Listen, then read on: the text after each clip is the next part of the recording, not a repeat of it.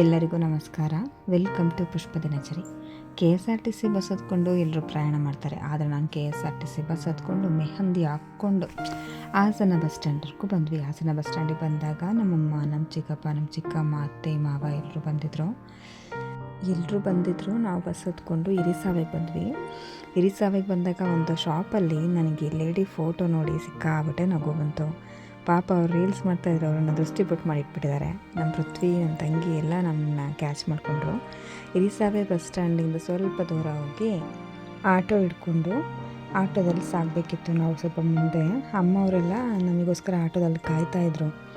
ನಮ್ಮಮ್ಮ ನೋಡಿ ಬೈತಾ ಇದ್ದಾರೆ, ಹೋದ ತಕ್ಷಣವೇ ಏನು ತೊಗೊಳಲ್ವಾ, ಸುಮ್ಮನೆ ಬರೀ ಓಡಾಡ್ತಿದ್ಯಾ ಅಂತ.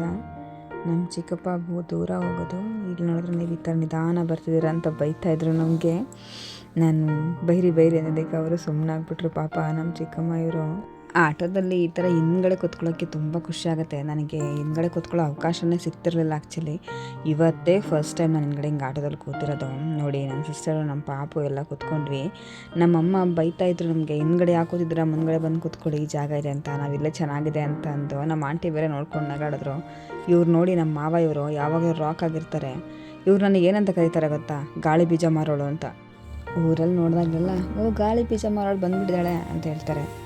ಇಲ್ಲಿ ನೋಡಿ, ಇದು ನಮ್ಮ ಮಣ್ಣಿನ ಹೆಮ್ಮೆಯ ಪುತ್ರ, ಕರ್ನಾಟಕದ ಏಕೈಕ ಪ್ರಧಾನಿ ದೇವೇಗೌಡರ ಫೋಟೋ ಕ್ಯಾಪ್ಚರ್ ಮಾಡಿಕೊಂಡೆ. ಇವ್ರು ನೋಡಿ ಜುಟ್ಟಿನಿಂದ ಚೆಂದಾಗಿ ಹೋಗ್ತಾಯಿದ್ರು. ಚಿಕ್ಕಮಗಳೂರು ಮಲೆನಾಡು ಸೀಮೆ ಆದರೆ ಹಾಸನ ಮಲೆನಾಡು, ಅರ್ಧ ಮಲೆನಾಡು, ಇನ್ನರ್ಧ ಬಯಲು ಸೀಮೆ ಇದೆ ಹಾಸನದಲ್ಲಿ. ಆ ಬ್ರಿಡ್ಜೆಲ್ಲ ತುಂಬ ಚೆನ್ನಾಗಿ ಅನ್ನಿಸ್ತು. ನಮಗೆ ಒಂದು ಖುಷಿ ಏನಪ್ಪ ಅಂದರೆ, ಹಿಂದ್ಗಡೆ ಕೂತಿದ್ದೇ ಒಂಥರ ಖುಷಿ ಇತ್ತು. ಆಟೋದವರಿಗೆ ದುಡ್ಡು ಕೊಟ್ಟು ಕೆಳಗಡೆ ಇಳ್ಕೊಂಡು ಹೊರಟ್ವಿ. ನಮ್ಮಮ್ಮ ಹಾಕಿರೋ ಸ್ಯಾರಿ ಬಂದು ಮಧು ಸಿಲ್ಕ್ ಸ್ಯಾರಿ, ಅದು ಸಿಲ್ಕ್ ಸ್ಯಾರಿ ಅವ್ರಿಗೆ ಸರಿಯಾಗಿ ವೇರ್ ಮಾಡೋಕ್ಕೆ ಬಂದಿಲ್ಲ. ನಾವು ಬರ್ತಾಯಿದ್ದೀವಿ ಅಂತ ಗೊತ್ತಾಗಿ ನಮ್ಮ ಸುಚಿ, ಪೃಥ್ವಿ, ನಮ್ಮ ಪಾಪು, ಸಿಂಚು ಎಲ್ಲ ಬಂದಿದ್ರು ರೋಡಿಗೆ ನಮ್ಮನ್ನು ವೆಲ್ಕಮ್ ಮಾಡೋದಕ್ಕೆ.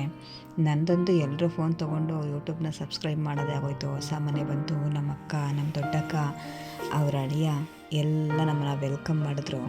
ಮನೆಗೆ ಬಂದ್ವಿ. ಮನೆ ಚೆನ್ನಾಗಿದೆ, ಚೆನ್ನಾಗಿ ಕಟ್ಸಿದ್ದಾರೆ. ಡಬಲ್ ಬೆಡ್ರೂಮು, ಕಿಚನ್ನು, ಹಾಲು, 2 ಬೆಡ್ರೂಮಿಗೂ ಕಾಮನ್ ಆಗಿ ಒಂದೇ ಬಾತ್ರೂಮ್ ಮಾಡಿದ್ದಾರೆ. ನನಗಂತೂ ಮನೆ ತುಂಬ ಇಷ್ಟ ಆಯಿತು.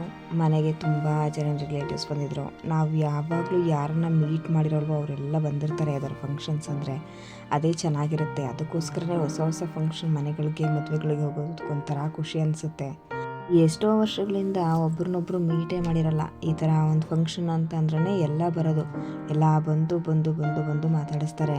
ನಮಗೂ ಕೆಲವರು ಮರ್ತೇ ಹೋಗಿದ್ರು, ಅದ್ರಲ್ಲಿ ಯಾರ್ಯಾರು ಅಂತ ನೆನಪೇ ಆಗಲಿ.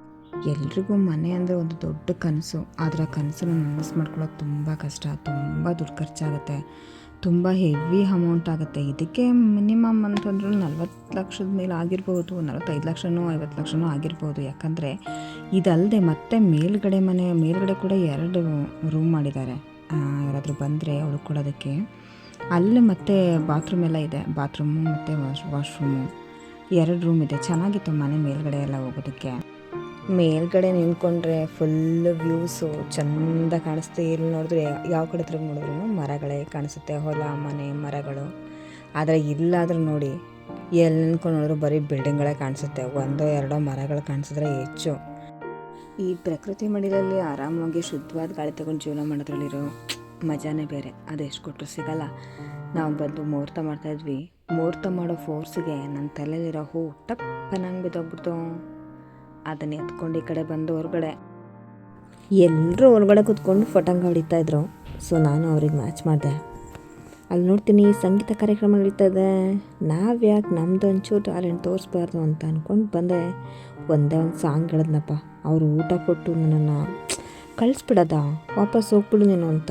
ಜಾಸ್ತಿ ಟೈಮ್ ಇಲ್ಲೇ ಇದ್ದರೆ ನಮ್ಮ ಕಿವಿಯೆಲ್ಲ ಕಿತ್ತೋಗ್ಬಿಡುತ್ತೆ ಅಂತ